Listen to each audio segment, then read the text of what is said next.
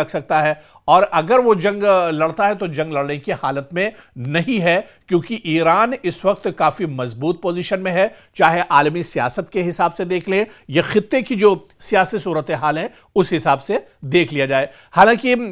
इस पूरे मंजरनामे में जो सियासी मंजरनामा इस वक्त है अबनाए हुर्मुज से लेकर तेहरान तक और तेहरान से लेकर न्यूयॉर्क तक, इसमें अगर कोई सबसे ज्यादा फायदा उठाने के चक्कर में है तो वो इजराइल है, बिन्यामिन नेतन्याहू है। इजराइल ये चाह रहे हैं कि कैसे ही इजराइल बार बार एक तरह से आग में पेट्रोल डालने की कोशिश कर रहा है। इजराइल बार बार ये चाह रहा है कि एक तरह से जंग हो जाए, अमेरिका और ईरान के दरमियान ये लड़ाई हो जाए, ताकि खित्ते में ईरान को एक तरह से कमजोर किया जा सके। और इसी वजह से इजराइल दरअसल अपनी जो नापाक हरकत है उसको अंजाम देना चाह रहा है। लेकिन डोनाल्ड ट्रंप यानी अमेरिकी सदर जो हैं वो बहुत फूंक फूंक कर कदम रख रहे हैं, और वो ये समझ रहे हैं कि अगर मशरिक़ वुस्ता में कोई जंग छिड़ती है तो उसका खमियाजा अमेरिका को भुगतना पड़ेगा। और जिस तरह से ईरान के supreme leader Ayatollah Ali Khamenei बार बार कह चुके हैं, या फिर ईरान की जो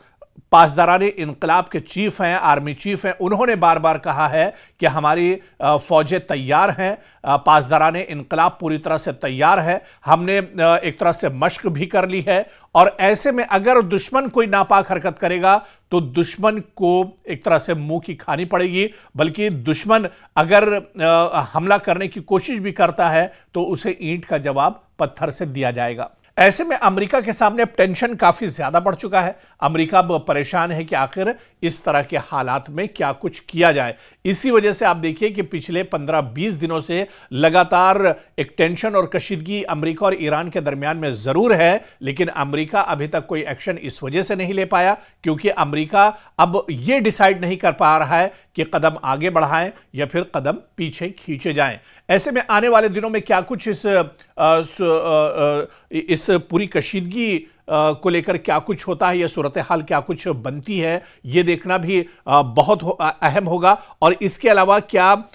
एक तरह से इस जंग में, जो जंग शुरू नहीं हुई है, इस टेंशन में, इस कशीदगी में भी अमेरिका को शिकस्त का सामना एक तरह से करना पड़ेगा, क्योंकि अभी तक जो ज़बानी जंग एक तरह से हो रही है इसमें बुरी तरह से अमेरिका पछता हुआ है, बुरी तरह से